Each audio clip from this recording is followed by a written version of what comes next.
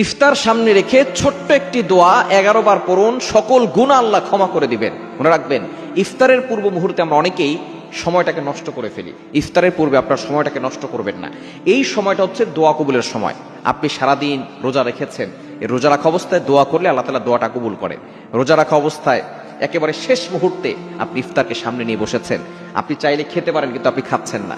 আপনার গলা তৃষ্ণার্ত অবস্থায় আছে, আপনার পেট ক্ষুধার্ত অবস্থায় আছে, কিন্তু আপনার সামনে ইফতার আছে, বিভিন্ন রকমের আইটেম আছে, ঠান্ডা পানি আছে, শরবত আছে, কয়েক ধরনের খাবার আছে, কিন্তু আপনি কোনো খাবার খাচ্ছেন না।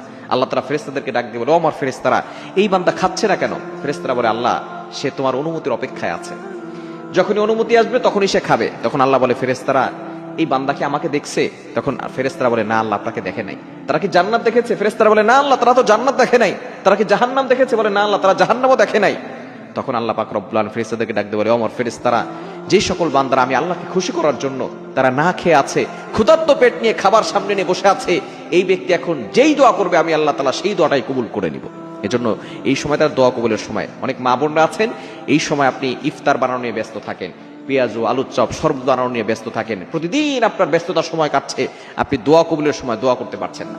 এই সময় একটা দোয়া পড়বেন, ইয়া ওয়াসিআল ফাদলি ইগফিরলি, ইয়া ওয়াসিআল ফাদলি ইগফিরলি, ইয়া ওয়াসিআল ফাদলি ইগফিরলি। হে অসীম ক্ষমতাবান আল্লাহ পাক রব্বুল আলামিনকে আপনি ডাক দিচ্ছেন, ইগফিরলি, আল্লাহ আমাকে ক্ষমা করে দেন, আমি গুনাহগার, আল্লাহ আমাকে ক্ষমা করে দেন।